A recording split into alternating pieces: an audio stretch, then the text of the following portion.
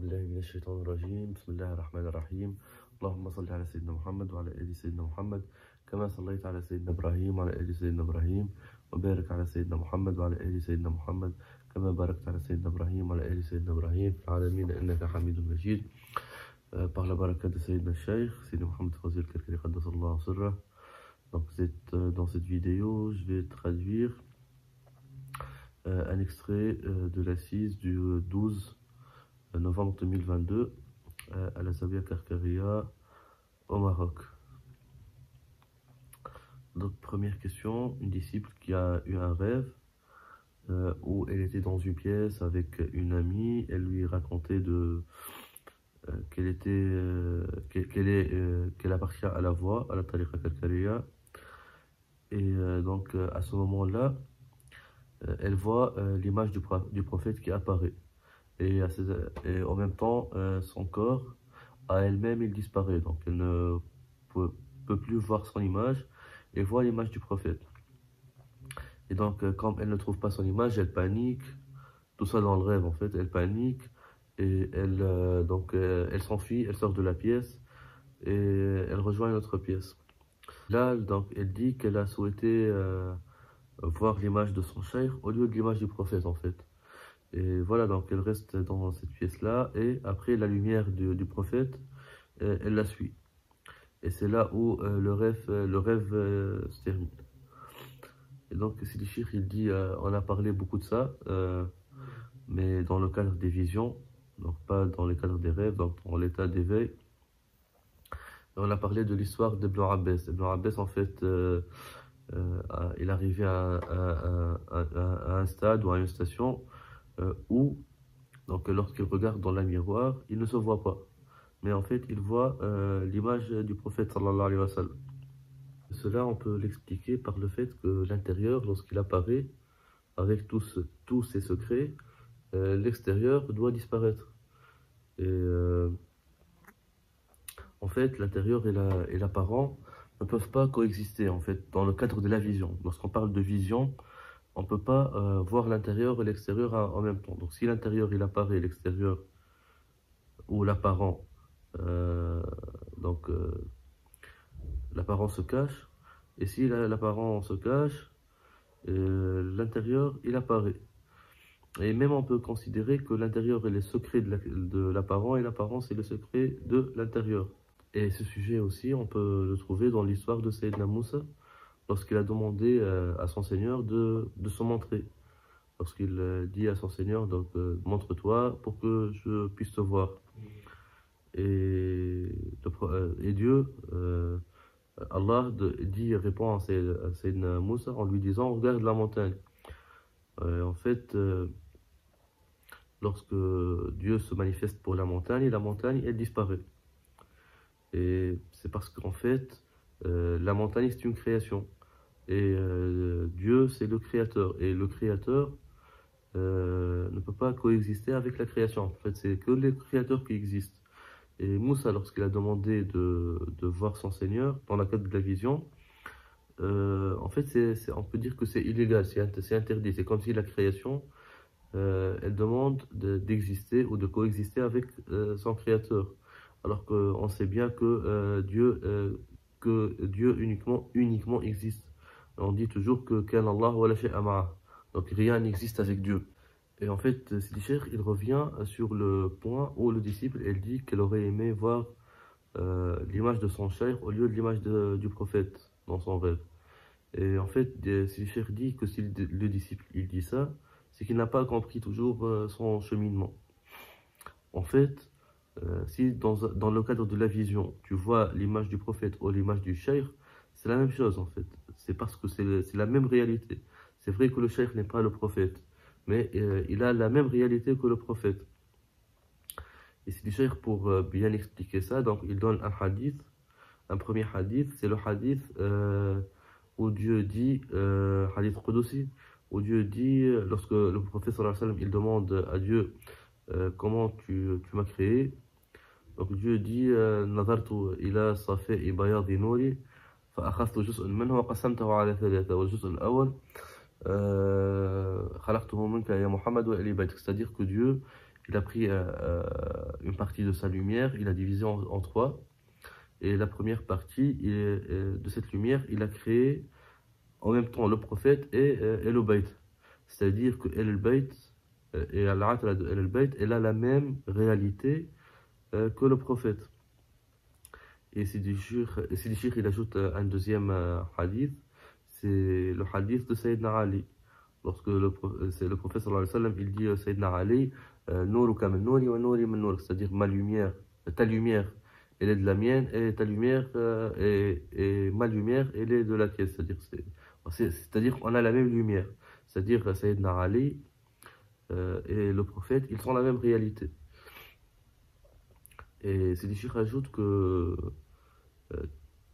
tu peux voir la réalité du prophète sallallahu alayhi wa sallam sans voir son image. Par exemple, puisque le prophète il est en même temps prophète, messager d'Allah et wali, donc par exemple tu peux voir dans le rêve Sayyidina Yusuf par exemple.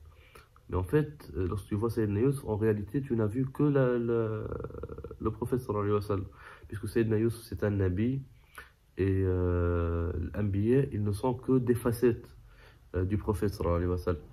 Et donc lorsque tu vois Sayyidina Yusuf, tu as vu une facette du prophète sallallahu alayhi wa sallam de point de vue de prophétie en fait. Et si tu vois par exemple le cheikh, tu as vu le prophète mais de point de vue de la wilaya et ainsi de suite. Donc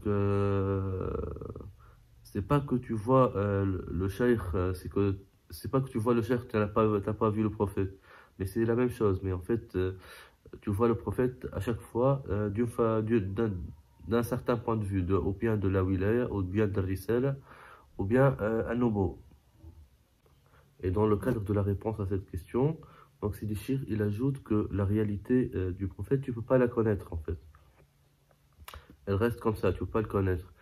Même si tu vois le prophète dans le rêve, tu ne peux pas connaître sa réalité. Et pour prouver cela, tu peux réunir par exemple une centaine de personnes qui ont vu le prophète dans le rêve et leur demander de dessiner ou de décrire l'image du prophète. Et tu vas savoir que chacun, il va décrire le prophète d'une certaine manière. Donc chacun, il aura sa propre description. C'est pour cela que, même si ils ont tous voir le prophète réellement dans le rêve, c'est pour ça que la réalité du prophète, personne ne pourra la connaître maintenant. En fait, parce que sa réalité, elle reste comme ça, abstraite, ou je sais pas, mubhama, en arabe on dit mubhama. Donc la réalité, elle reste inconnue. Et donc voilà, c'est comme ça que la réponse à cette question se termine. Et donc après, donc on a un deuxième disciple qui a eu un rêve où il était avec sa femme dans un désert, il y avait des dunes de sable qui les séparent. Après, c'est le cheikh qui apparaît entre eux, qui vient au disciple, il prend un chameau de sa main et qui va le donner à sa femme. Donc c'est le cheikh, pour répondre, il dit que l'image elle est bien claire. Donc les dunes de sable entre l'homme et la femme, ce sont des problèmes entre eux. Et le chameau, en fait, c'est une fidia, c'est une compensation, on peut dire quelque chose comme ça. Donc c'est une fidia que doit faire le disciple pour régler ce problème-là entre lui et sa femme. Cheikh rajoute donc qu'il a, pour ces problèmes-là, il y a une solution radicale en fait. En fait, lorsque l'homme il a des problèmes avec sa femme ou vice-versa, donc si la femme elle a des problèmes avec son homme, la solution parfaite, c'est donner de l'espace à son partenaire. Ça sert à rien de trop parler, surtout dans le sujet où vous avez un conflit. Donc, surtout l'homme, il doit donner de l'espace à sa femme. Peut-être que dans cette période-là, elle n'a besoin que de se reposer et ne pas entendre sa voix en fait. C'est-à-dire qu'il essaye de ne plus faire de remarques, ne pas trop parler et surtout ne rien demander. C'est-à-dire que s'il peut s'habiller tout seul, qu'il s'habille tout seul, s'il peut manger tout seul, qu'il mange tout seul, et qu'il donne de l'espace à son partenaire pour réfléchir, pour prendre du temps, pour prendre du recul. Et avec le temps, le problème, il va se résoudre.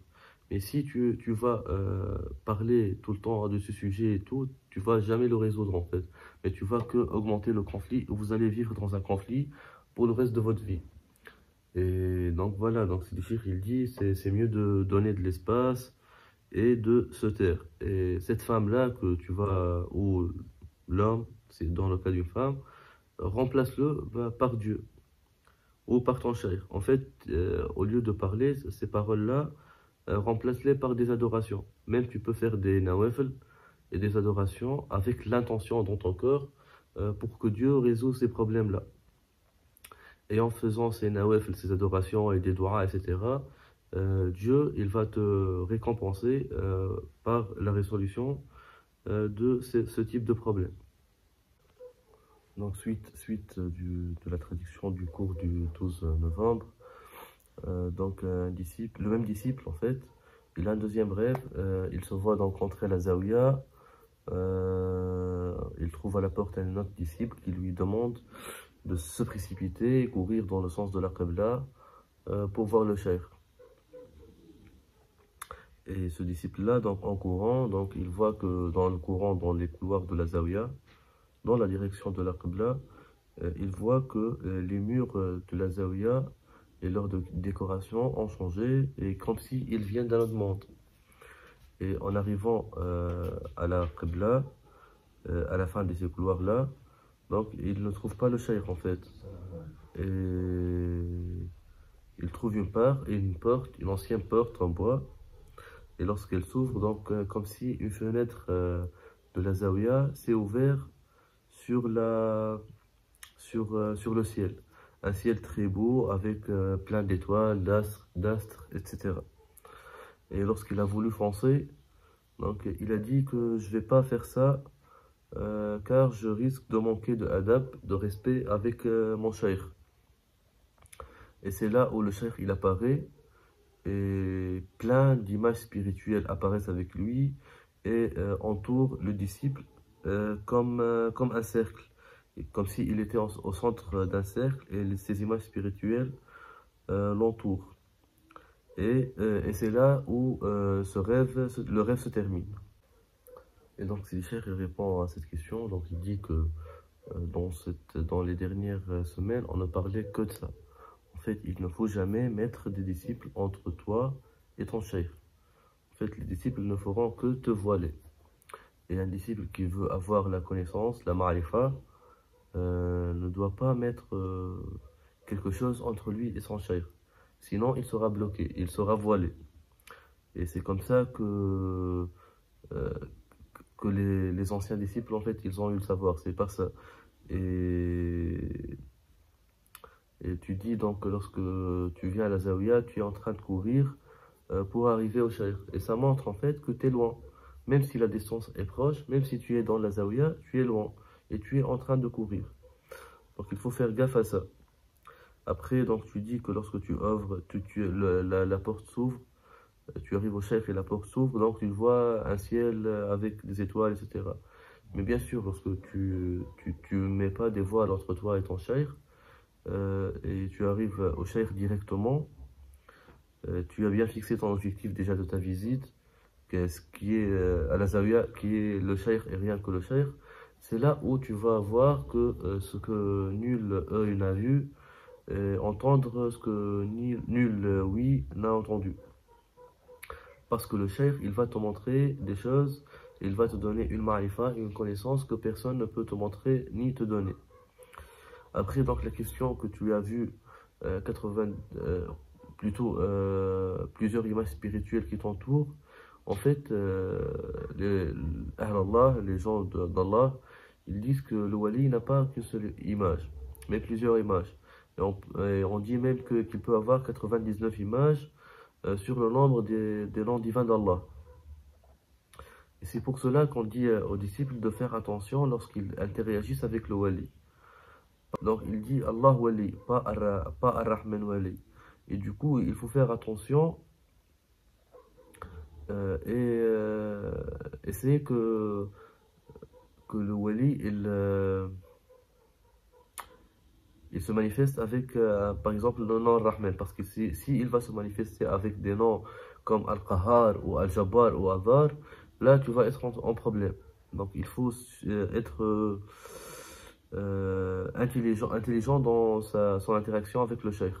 Et donc, suite de la traduction, donc, une disciple, elle a vu un rêve où elle a vu l'étoile, la lune et le soleil. Et puis, elle a eu le verset de Surat Al-An'am de Sayyidina Ibrahim, où lui aussi, il a vu l'étoile, la lune et le soleil. Donc, Sidi Cheikh répond, donc il dit que l'étoile, lune, soleil, ça représente l'exemple de la lumière d'Allah. En fait, c'est l'astre de grand éclat, en fait, qui peut être représenté par l'étoile, la lune et le soleil. Mais le disciple, il doit, en fait, voir en état d'éveil, en mushahada, pas en vision, en fait, pas en rêve. Pas en rêve. C'est là où on parle vraiment de l'exemple de la lumière d'Allah. C'est dans la mushahada. Et Sidi Cheikh, il revient sur le verset de Sayyidina Ibrahim, donc où Dieu dit Bismillah ar-Rahman ar-Rahim, فلما جن عليه الليل رأى كوكبا قال هذا ربي فلما أفل قال لا أحب الآفلين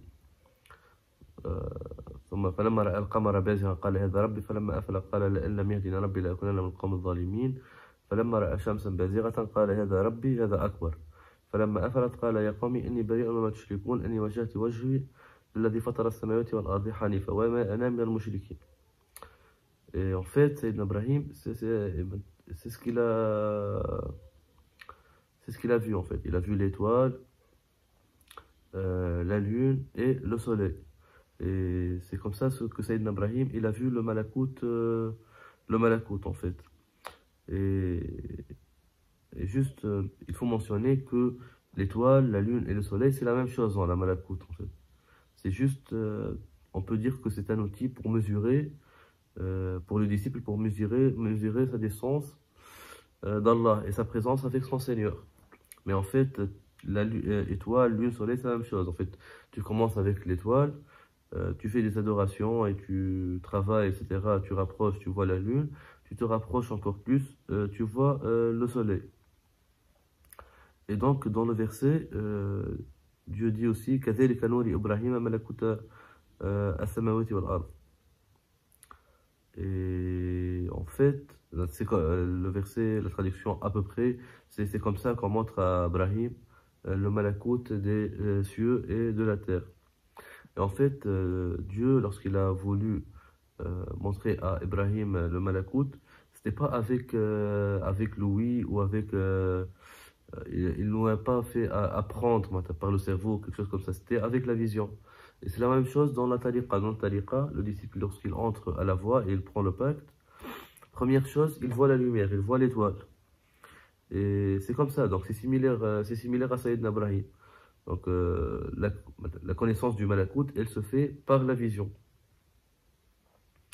Donc après, donc, dans le même verset, il a dit كذلك نور إبراهيم ملكوت السماوات والأرض, c'est-à-dire c'est comme ça qu'on montre à Ibrahim le malakut des cieux et la terre. Et ça change tout le sens en fait.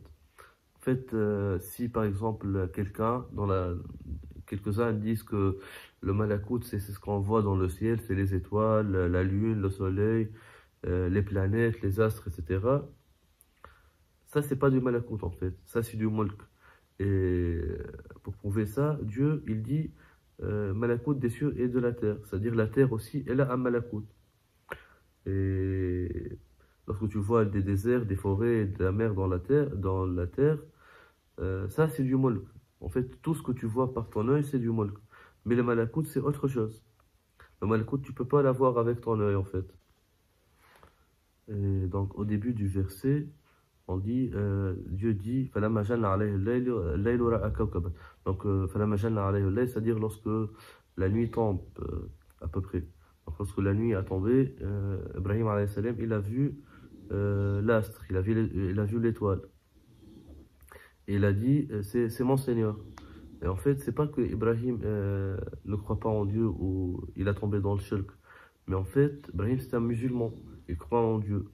Et en fait, l'astre et l'étoile qu'il a vue, c'est pas l'étoile qu'on voit dans le ciel. Parce que Ibrahim alayhi salam, dès qu'il est petit, il a vu l'étoile, il a vu les planètes, il les voit toutes les nuits, tous les jours. Et voilà, donc, c'est pas cet astre-là qu'il a vu et qu'il a dit Hada Rabbi, c'est mon Seigneur. Et par ça, on comprend que c'est pas ce qu'on voit à l'œil nu dans le ciel, ce qu'a vu Ibrahim. Et là c'est le cheikh qui ouvre une parenthèse pour parler de certains qui disent que les disciples de la tariqa Kalkaria, ils adorent les planètes, il croit dans les planètes. Et c'est du il donne sa réponse, bien sûr qu'il dit que c'est absurde, euh, parce que en fait, dans cette époque-là, c'est pas comme avant. Maintenant, on a des fusées, des avions, etc. Donc tout le monde sait bien la réalité des planètes et des astres, en fait. C'est pas comme avant, c'était quelque chose de mystérieux, quelque chose de inconnu, donc on peut l'adorer. Maintenant, tout le monde connaît la réalité de la Lune, dans le monde, connaît la réalité du Soleil, des planètes, etc. Et donc, c'est pas qu'on trouve plus de Dieu à adorer. Peut-être que si on a dit autre chose, peut-être on peut croire. Mais, mais, mais les planètes et les astres, on les connaît maintenant. On peut pas dire que c'est clair que ce sont des créations et pas des créateurs. Parce que maintenant, contrairement à avant, maintenant, on connaît leur réalité. Et c'est simple en fait. On peut pas, c'est absurde de dire qu'il adore des planètes. Et comme si on trouve plus de Dieu à adorer, c'est comme. C'est-à-dire qu'il donne l'exemple de Balqis en fait qui montait dans le montagne et qui attendait du lever au coucher de soleil pour adorer le soleil. Balqis, la reine de Saba. Et Sidchir, en rigolant, il dit moi, j'espère bien qu'on a fait cette force-là de monter dans la montagne pour adorer notre Seigneur. Mais en fait, ce que disent ces gens-là, c'est vraiment ridicule, c'est très absurde, quoi. En plus, un autre exemple, donc dans le verset, on dit Lamma janna alayhi al-layl, ensuite il a vu la lune. Donc lorsque la nuit est tombée, il a vu l'étoile, ensuite il a vu la lune. Et bien sûr, la lune, elle apparaît au coucher de soleil, donc vers le Maghreb, on peut bien voir la lune dans le ciel. Donc si c'était Ibrahim alayhi salam, si il a vu la lune du Mulk, la lune qu'on voit dans le ciel par nos yeux, il n'attendra pas la tombée du nuit, il n'attendra pas l'obscurité pour la voir. Par contre, pour voir la lune du Malakout, on a besoin de la nuit pour faire du zikr, pour éliminer les images, etc. Et pour voir cette lune-là. Donc, voilà notre exemple pour montrer que c'est pas vraiment l'histoire de Sayyidina Ibrahim, c'est pas comme on le pense, c'est pas les étoiles, la lune et le soleil du Mulk, mais plutôt du Malakout, des cieux et de la terre. Et en fait, si Sayyidina Ibrahim alayhi salam, il a vu l'étoile, puis la lune, c'est comme si, si on explique ce verset-là par le fait que Sayyidina Ibrahim, il a vu l'étoile du Mulk et la lune du Mulk, donc c'est l'étoile et la lune qu'on voit dans le ciel par l'œil nu. C'est comme si le ciel, il était tout nettoyé, il n'y avait qu'une seule étoile, et après, qu'une lune seulement, il n'y a pas d'autres astres, il n'y a pas d'autres étoiles, mais généralement, le ciel, il est plein d'étoiles, plein d'astres, il y a de la lune, il y a plein de choses en fait. Et c'est absurde de dire qu'il a vu dans tout le ciel un seul étoile. Et ça, c'est une autre preuve que la vision de Sayyidina Ibrahim alayhi salam, c'était dans le Malakout et pas dans le Mulk. Et comme on a dit, donc, c'est dit que voilà, le disciple de la tariqa, lui aussi, par exemple, parfois il voit plusieurs étoiles et on lui dit de fixer sa concentration dans le centre pour regrouper la lumière, pour voir un seul étoile.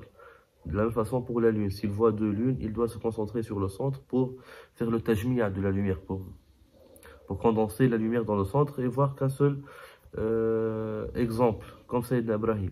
C'est parce que notre tariqa, en fait, elle est sur la sunna de Sayyidina Muhammad sallallahu alayhi wa sallam et la sunna de Sayyidina Ibrahim. Et là, on arrive à la fin de notre vidéo.